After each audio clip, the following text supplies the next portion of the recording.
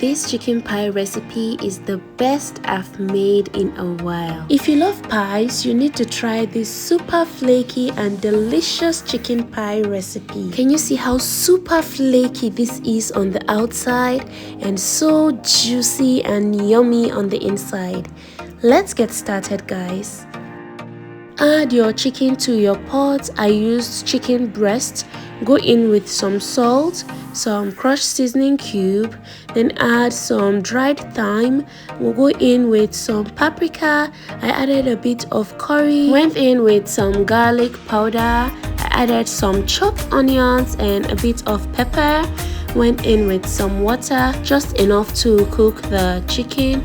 Covered this and cooked it for about 8 to 10 minutes. I didn't want it to be too soft, so go ahead and take it all out of the broth. I'll keep the broth aside because I'll be using it shortly. Transfer to my blender and I'm going to pulse this just for a few seconds because I don't want it to be too blended. Alternatively, you can just use a fork to shred your chicken. So this is what I have. I don't want it to be too blended. Just like this is okay. To your pan, go in with some oil, some onions, and fry this for a bit. Then go in with your ginger and garlic powder. Then stir this for a bit, for about a minute. Then go in with your shredded chicken. Stir this. You're going to let this fry for a bit, not for too long, just for a bit. Then go in with your broth. I'm going to go in with all of it, okay? I'm not going to add any salt or any seasoning because my chicken is already well seasoned and I've added in all the broth. So if I add any salt or anything now, it's going to get salty. But feel free to taste yours. If it needs any more seasoning, feel free to add. So I went in with some red bell pepper, stirred this for a bit, and then went in with some spring onions just for color, and stirred also. Can you see there is still a lot of water left in the filling and we don't want that. I'm going to go in with some cornstarch slurry. This is just cornstarch and some water, and then I'll go on and stir. Can you see it's gotten a bit thicker? There's no any more water visible here. It's all thick and ready. So this is what our filling looks like. So go on, stir it for a bit, and then you can take it off heat. Transfer to a plate and spread it all out for it to cool down completely. While it's cooling down, let's make our dough. To a bowl, go in with 500 grams of flour. Its equivalent is 4 cups of flour. Add half teaspoon of salt. Mix this properly till combined. Then go in with your cold butter or margarine. This is 250 grams. Go on and add everything in, and then you're going to go in with your hands and mix this properly. You're going to mix this properly till there's no big chunks of butter visible, till you can't see or feel it. So you should have something like this, like breadcrumbs, just like this, okay? But if you're using unsalted butter, you're going to use 1 teaspoon of salt instead of half teaspoon of salt. So go in with 1 cup of very cold water, and then you're going to mix like this. Can you see the way I'm mixing this? I'm not kneading it. I'm just mixing it till it all comes together.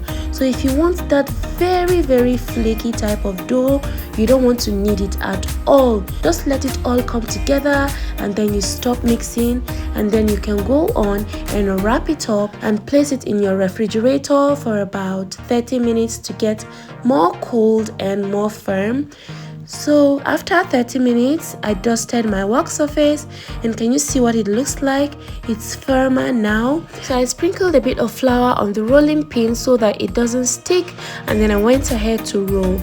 You're going to roll this flat, okay, but not too flat. In case you find that your dough is too firm, is too cold, and you can't really work with it, just let it rest for a bit till it's gotten a bit softer, then you can work with it. I'm going to use this to cut. You can use whatever you want to cut into whatever shape and size that you want. I don't have anything rectangular, otherwise I would have used that. So I use this circle shape bowl instead, and then I got 5 pieces and then I cut it all just as so. I'll keep this aside. So this is the excess that I got, which I rolled again, and then I got 2 pieces out of. So I'll take one of the cut dough, then I'm going to flatten this up like this. I'm trying to get it into a rectangular shape, but this was the best I could do. So I'll go on and trim all the sides just like this to get this square shape. Did I say rectangle? Square shape. So I went in with my brush. I'm just brushing the sides with some water just like this. At this point our filling is all ready, so take a reasonable amount and just add it in depending on how full you want your pie, okay? But don't do too much, otherwise it might burst open. So just do enough. And then I'm going to fold like this and use my finger, press down. So I'll just trim up this side. If you don't want to trim it off, you can just leave it like that. Here I'm using a fork to press down just like this to seal it off completely. I added some flour to my fork so that it's not going to be sticking to the dough, okay? So this is what we have. So beautiful. So you're going to go on and keep repeating the process till you exhaust everything. Let me do it once again so you can see. So take one of the dough, roll it out like this, then trim off the sides, all the 4 sides like this, okay? Then you take it out, take out the excess, use a brush with some water and brush the sides, then go in with your filling just as so. Then you can go on and cover it just like this. Be careful. Then use your fingers to press down like this, okay? You might want to trim it off or just leave it like that, still good. Then use a fork to press down just like this. That's it, all done. So I'm going to line my baking tray with baking paper and I'm going to place them all on one after the other. I'm going to use a knife to form patterns like so. You can leave it like that. You can do whatever pattern or designs you want to make it look more beautiful and appealing. I'm going to go in with some egg wash and brush this properly to give it that beautiful shine.